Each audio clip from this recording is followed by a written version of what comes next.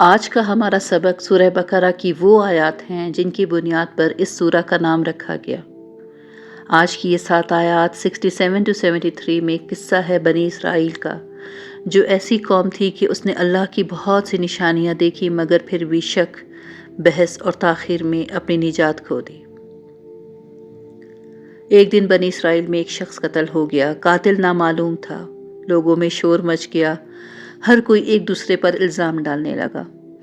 آخر وہ حضرت موسیٰ علیہ السلام کے پاس گئے اور کہا، اے موسیٰ، ہمارے لیے اپنے رب سے دعا کرو تاکہ وہ ہمیں بتائے کہ قاتل کون ہے۔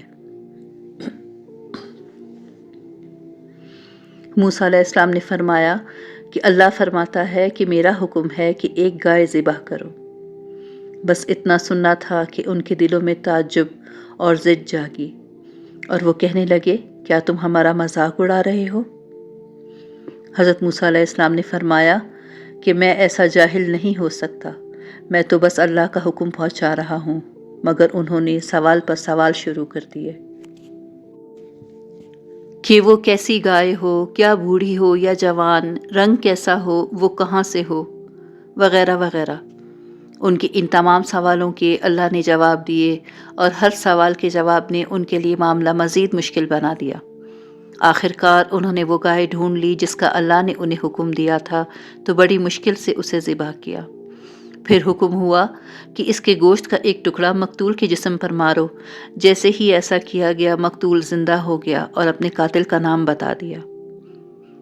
یہ تھا وہ لمحہ جب اللہ نے انہیں دکھایا کہ وہ موت کے بعد زندہ کرنے پر بھی قادر ہے، مگر ان کے دل پھر بھی نرم نہ ہوئے۔ چلیے آیات شروع کرتے ہیں۔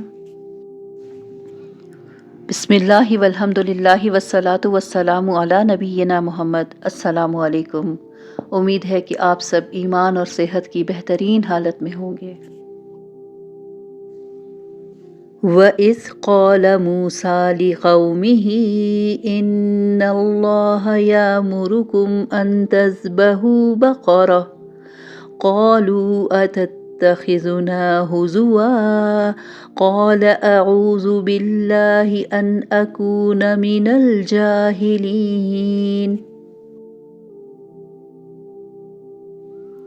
اور وہ وقت یاد کرو جب موسیٰ نے اپنی قوم سے کہا تھا کہ اللہ تمہیں حکم دیتا ہے کہ تم ایک گائے ذبح کرو۔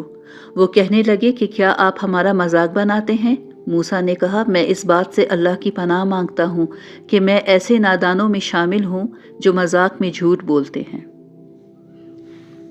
یہ حکم ایک مقتول کا قاتل دریافت کرنے کے لیے دیا گیا تھا، اس لیے بنی اسرائیل نے اس کو مذاق سمجھا کہ گائے ذبح کرنے سے قاتل کیسے معلوم ہوگا۔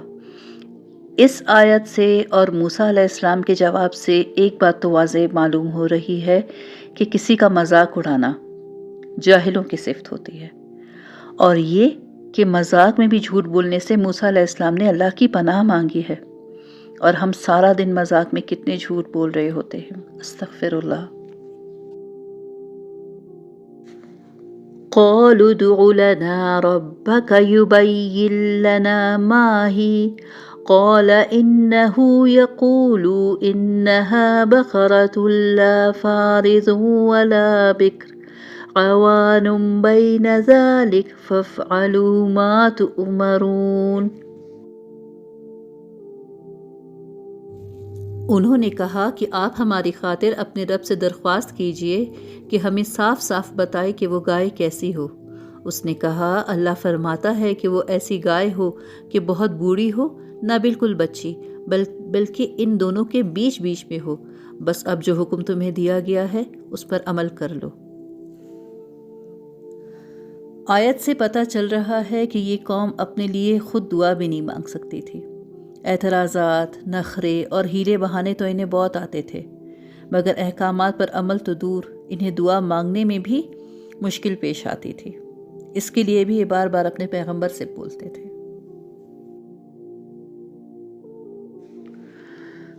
قالوا ادع لنا ربك يبين لنا ما لونها قال إنه يقول إنها بقرة صفراء فاقع لونها تسر الناظرين۔ کہنے لگے آپ ہماری خاطر اپنے رب سے دعا کیجئے کہ ہمیں صاف صاف بتائے کہ اس کا رنگ کیسا ہو۔ موسیٰ علیہ السلام نے کہا اللہ فرماتا ہے کہ وہ ایسے تیز زرد رنگ کی گائے ہو جو دیکھنے والوں کا دل خوش کر دے۔ اب دیکھیے رنگ کا بہانہ، بہانے پر بہانے۔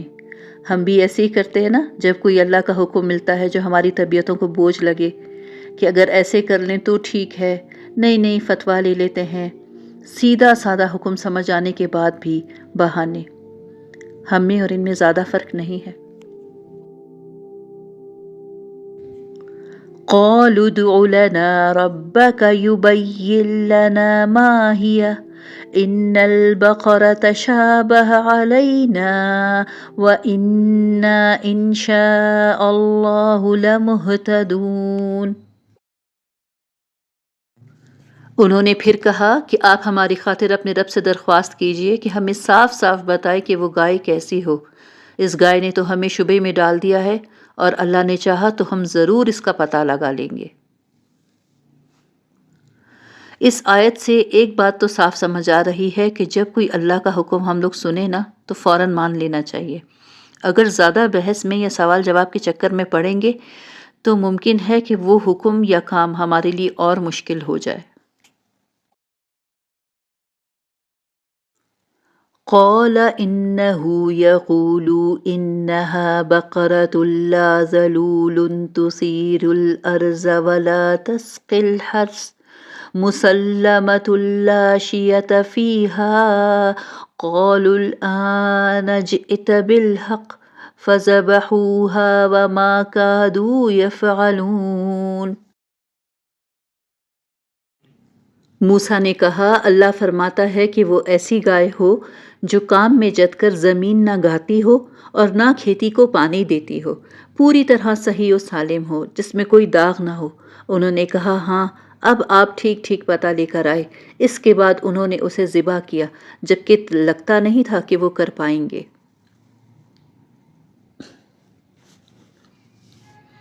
بنی اسرائیل کی خواہ کی کھود کریت کرنے کے چکر میں اللہ تعالیٰ نے بھی نت نئی شرطیں عائد کر لیں اور ایسی گائے کو تلاش کرنا مشکل ہو گیا جو ان شرطوں کو پورا کرتی ہو، یہاں تک کہ ایک مرحلے میں ایسا محسوس ہونے لگا کہ شاید وہ ایسی گائے تلاش کر کے ذبح کرنے کے قابل نہ ہوں۔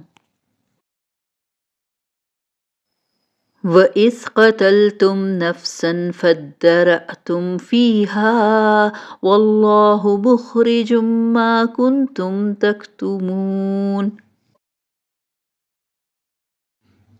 اور یاد کرو جب تم نے ایک شخص کو قتل کر دیا تھا اور اس کے بعد اس کا الزام ایک دوسرے پر ڈال رہے تھے اور اللہ کو وہ راز نکال باہر کرنا تھا جو تم چھپائے ہوئے تھے۔ اس واقعے کی تفصیل ہم شروع میں بیان کر چکے ہیں کہ کس طرح بنی اسرائیل کے ایک شخص نے میراث حاصل کرنے کی خاطر اپنے ہی سگے بھائی کا قتل کر کے اس کی لاش سڑک پر ڈال دی اور پھر خود ہی حضرت موسیٰ کے پاس شکایت لے کر پہنچ گیا کہ قاتل کو پکڑ کر سزا دی جائے۔ فَقُلْنَا اضْرِبُوهُ بِبَعْضِهَا كَذَلِكَ يُحْيِي اللَّهُ الْمَوْتَى وَيُرِيكُمْ آيَاتِهِ لَعَلَّكُمْ تَعْقِلُونَ۔ چنانچہ ہم نے کہا کہ اس مقتول کو اس گائے کے ایک حصے سے مارو، اس طرح اللہ تعالیٰ مردوں کو زندہ کرتا ہے اور تمہیں اپنی قدرت کی نشانیاں دکھاتا ہے تاکہ تم سمجھ سکو۔ یعنی جو گائے ذبح ہونے کا قصہ ہوا وہ قاتل کی دریافت کے لیے تھا کہ ذبیحہ گائے کا کوئی ٹکڑا مقتول کے جسم سے لگایا جائے تو وہ زندہ ہو کر قاتل کا نام بتا دے گا۔ اس کے دو فائدے ہوئے، ایک تو یہ کہ قاتل کو کوئی بہانہ بنانے کا موقع نہیں ملا اور اس کے لیے فرار کا ہر رستہ بند ہو گیا، اور دوسرا یہ فائدہ ہوا کہ مردوں کو زندہ کرنے کی خدائی طاقت کا عملی مظاہرہ کر کے ان لوگوں کی زبانیں بھی بند کر دی گئیں جو دوسری زندگی کو ناممکن سمجھتے تھے۔ یہ قصہ صرف بنی اسرائیل کا نہیں، یہ ہمارے اندر کی بھی کہانی ہے۔ ہم بھی اللہ کا حکم سنتے ہیں اور ٹال دیتے ہیں، ہر حکم پر بحث کرتے ہیں، کیوں، کیسے، ابھی نہیں۔ ہم بھی تاخیر، شک اور ضد میں اپنے دلوں کو سخت کر چکے ہیں۔ اللہ ہمیں بتانا چاہتا ہے کہ فرمان کی تاخیر اطاعت میں کمزوری اور ایمان میں بحث دلوں کو مردہ کر دیتی ہے، لیکن جو دل مان لیتا ہے اللہ اسے زندہ کر دیتا ہے۔